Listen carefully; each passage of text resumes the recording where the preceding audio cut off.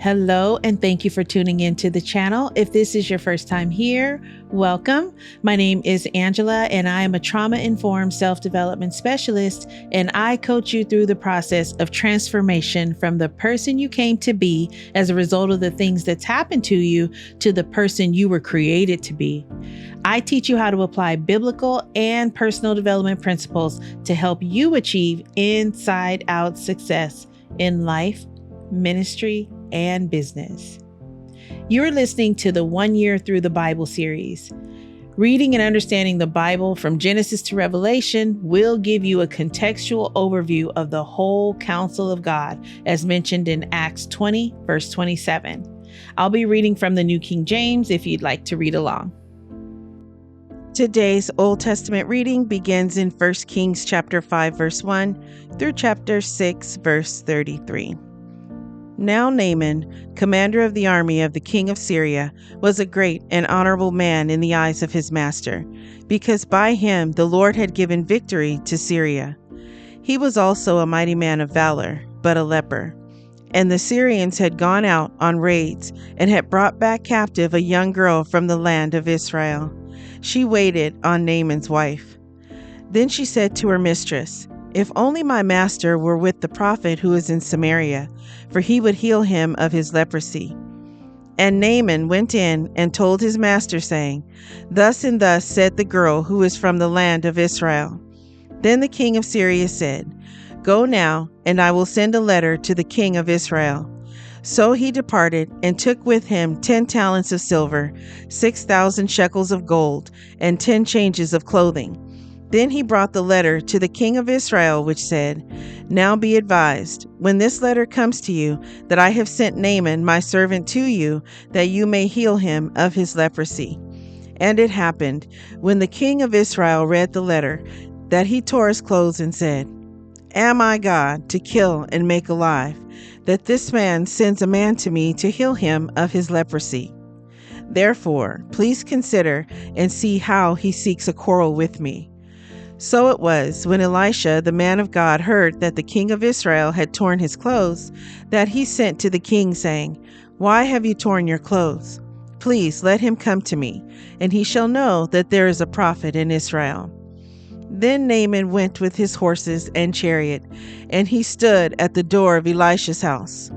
And Elisha sent a messenger to him, saying, "Go and wash in the Jordan 7 times, and your flesh shall be restored to you, and you shall be clean." But Naaman became furious and went away and said, "Indeed, I said to myself, he will surely come out to me, and stand and call on the name of the Lord his God, and wave his hand over the place and heal the leprosy. Are not the Abana and the Pharpar, the rivers of Damascus, better than all the waters of Israel? Could I not wash in them and be clean?" So he turned and went away in a rage. And his servants came near and spoke to him and said, "My father, if the prophet had told you to do something great, would you not have done it? How much more then, when he says to you, 'Wash and be clean'?" So he went down and dipped 7 times in the Jordan, according to the saying of the man of God, and his flesh was restored like the flesh of a little child, and he was clean. And he returned to the man of God, he and all his aides, and came and stood before him, and he said, "Indeed, now I know that there is no God in all the earth except in Israel. Now therefore, please take a gift from your servant." But he said, "As the Lord lives, before whom I stand, I will receive nothing." And he urged him to take it, but he refused. So Naaman said, "Then, if not, please let your servant be given 2 mule loads of earth, for your servant will no longer offer either burnt offering or sacrifice to other gods, but to the Lord. Yet in this thing may the Lord pardon your servant. When my master goes into the temple of Rimmon to worship there, and he leans on my hand, and I bow down in the temple of Rimmon, when I bow down in the temple of Rimmon, may the Lord please pardon your servant in this thing." Then he said to him, "Go in peace." So he departed from him a short distance. But Gehazi, the servant of Elisha, the man of God, said, "Look, my master has spared Naaman this Syrian, while not receiving from his hands what he brought. But as the Lord lives, I will run after him and take something from him." So Gehazi pursued Naaman. When Naaman saw him running after him, he got down from the chariot to meet him and said, "Is all well?" And he said, "All is well. My master has sent me, saying, 'Indeed, just now 2 young men of the sons of the prophets have come to me from the mountains of Ephraim. Please give them a talent of silver and 2 changes of garments.'" So Naaman said, "Please, take 2 talents." And he urged him and bound 2 talents of silver in 2 bags with 2 changes of garments and handed them to 2 of his servants, and they carried them on ahead of him. When he came to the citadel, he took them from their hand and stored them away in the house. Then he let the men go, and they departed. Now he went in and stood before his master. Elisha said to him, "Where did you go, Gehazi?" And he said, "Your servant did not go anywhere." Then he said to him, "Did not my heart go with you when the man turned back from his chariot to meet you? Is it time to receive money and to receive clothing, olive groves and vineyards, sheep and oxen, male and female servants? Therefore the leprosy of Naaman shall cling to you and your descendants forever." And he went out from his presence, leprous, as white as snow. And the sons of the prophets said to Elisha, "See now, the place where we dwell with you is too small for us. Please let us go to the Jordan, and let every man take a beam from there, and let us make there a place where we may dwell." So he answered, "Go." Then one said, "Please consent to go with your servants." And he answered, "I will go." So he went with them, and when they came to the Jordan, they cut down trees. But as one was cutting down a tree, the iron axe head fell into the water, and he cried out and said, "Alas, master, for it was borrowed." So the man of God said, "Where did it fall?" And he showed him the place.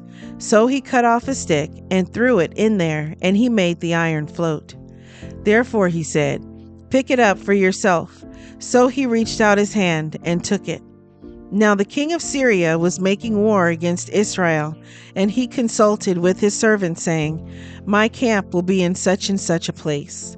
And the man of God sent to the king of Israel, saying, "Beware that you do not pass this place, for the Syrians are coming down there." Then the king of Israel sent someone to the place of which the man of God had told him. Thus he warned him, and he was watchful there, not just once or twice. Therefore the heart of the king of Syria was greatly troubled by this thing, and he called his servants and said to them, "Will you not show me which of us is for the king of Israel?" And one of his servants said, "None, my lord, O king. But Elisha, the prophet who is in Israel, tells the king of Israel the words that you speak in your bedroom." So he said, "Go and see where he is, that I may send and get him." And it was told him, saying, "Surely he is in Dothan." Therefore he sent horses and chariots and a great army there, and they came by night and surrounded the city. And when the servant of the man of God arose early and went out, there was an army surrounding the city with horses and chariots. And his servant said to him, "Alas, my master, what shall we do?" So he answered, "Do not fear, for those who are with us are more than those who are with them." And Elisha prayed and said, "Lord, I pray, open his eyes that he may see." Then the Lord opened the eyes of the young man, and he saw. And behold, the mountain was full of horses and chariots of fire all around Elisha. So when the Syrians came down to him, Elisha prayed to the Lord and said, "Strike this people, I pray, with blindness." And he struck them with blindness according to the word of Elisha. Now Elisha said to them, "This is not the way, nor is this the city. Follow me, and I will bring you to the man whom you seek." But he led them to Samaria.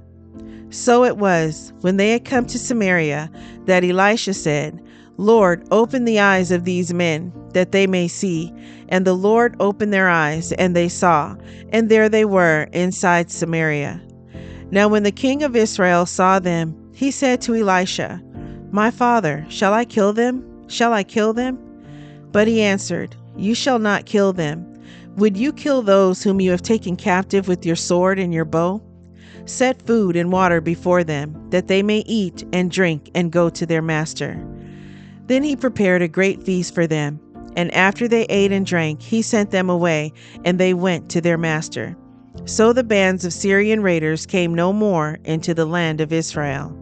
And it happened after this that Ben-Hadad, king of Syria, gathered all his army and went up and besieged Samaria. And there was a great famine in Samaria, and indeed they besieged it until a donkey's head was sold for 80 shekels of silver, and 1/4 of a cab of dove droppings for 5 shekels of silver. Then, as the king of Israel was passing by on the wall, a woman cried out to him, saying, "Help, my lord, O king." And he said, "If the Lord does not help you, where can I find help for you? From the threshing floor or from the winepress?" Then the king said to her, "What is troubling you?" And she answered, "This woman said to me, 'Give your son, that we may eat him today, and we will eat my son tomorrow.' So we boiled my son and ate him. And I said to her on the next day, 'Give your son, that we may eat him,' but she has hidden her son."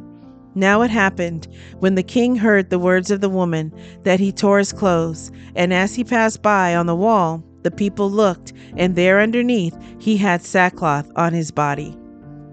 Then he said, "God do so to me, and more also, if the head of Elisha, the son of Shaphat, remains on him today."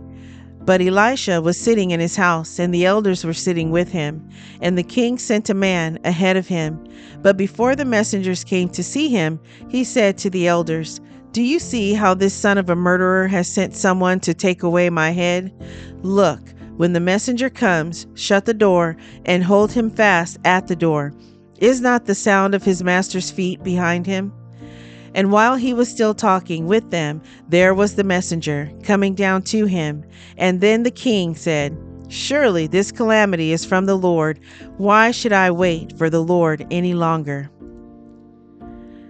Psalm 72, verses 1 through 7. Give the king your judgments, O God, and your righteousness to the king's son. He will judge your people with righteousness, and your poor with justice. The mountains will bring peace to the people, and the little hills by righteousness. He will bring justice to the poor of the people. He will save the children of the needy, and will break in pieces the oppressor. They shall fear you as long as the sun and moon endure, throughout all generations. He shall come down like rain upon the grass before mowing, like showers that water the earth. In his days the righteous shall flourish, and abundance of peace until the moon is no more. Proverbs chapter 18, verses 10 and 11. The name of the Lord is a strong tower. The righteous run to it and are safe. The rich man's wealth is his strong city, and like a high wall in his own esteem. The New Testament reading is in John chapter 18, verses 1 through 18. When Jesus had spoken these words, he went out with his disciples over the brook Kidron, where there was a garden, which he and his disciples entered. And Judas, who betrayed him, also knew the place, for Jesus often met there with his disciples. Then Judas, having received a detachment of troops and officers from the chief priests and Pharisees, came there with lanterns, torches, and weapons. Jesus, therefore, knowing all things that would come upon him, went forward and said to them, "Whom are you seeking?" They answered him, "Jesus of Nazareth." Jesus said to them, "I am he." And Judas, who betrayed him, also stood with them. Now when he said to them, "I am he," they drew back and fell to the ground. Then he asked them again, "Whom are you seeking?" And they said, "Jesus of Nazareth."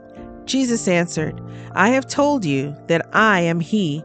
Therefore, if you seek me, let these go their way, that the saying might be fulfilled which he spoke, 'Of those whom you gave me, I have lost none.'" Then Simon Peter, having a sword, drew it and struck the high priest's servant, and cut off his right ear. The servant's name was Malchus. So Jesus said to Peter, "Put your sword into the sheath. Shall I not drink the cup which my Father has given me?" Then the detachment of troops and the captain and the officers of the Jews arrested Jesus and bound him. And they led him away to Annas first, for he was the father-in-law of Caiaphas, who was high priest that year. Now it was Caiaphas who advised the Jews that it was expedient that one man should die for the people. And Simon Peter followed Jesus, and so did another disciple. Now that disciple was known to the high priest, and went with Jesus into the courtyard of the high priest. But Peter stood at the door outside. Then the other disciple, who was known to the high priest, went out and spoke to her who kept the door, and brought Peter in. Then the servant girl who kept the door said to Peter, "You are not also one of this man's disciples, are you?" He said, "I am not." Now the servants and officers who had made a fire of coals stood there, for it was cold, and they warmed themselves. And Peter stood with them and warmed himself. I hope you're enjoying your daily walk through the Word. Please leave a comment and let me know what stood out to you in today's reading. Subscribe to the channel and hit the notification bell. Thank you, Lord, for providing your word to us today. May it reach deep into the heart of your chosen children who were set apart before the foundation of the world, that they may be renewed in the spirit of their mind. I give all praise and honor to the Most High Yah, Elohim, through your Son Yeshua, Messiah. Amen.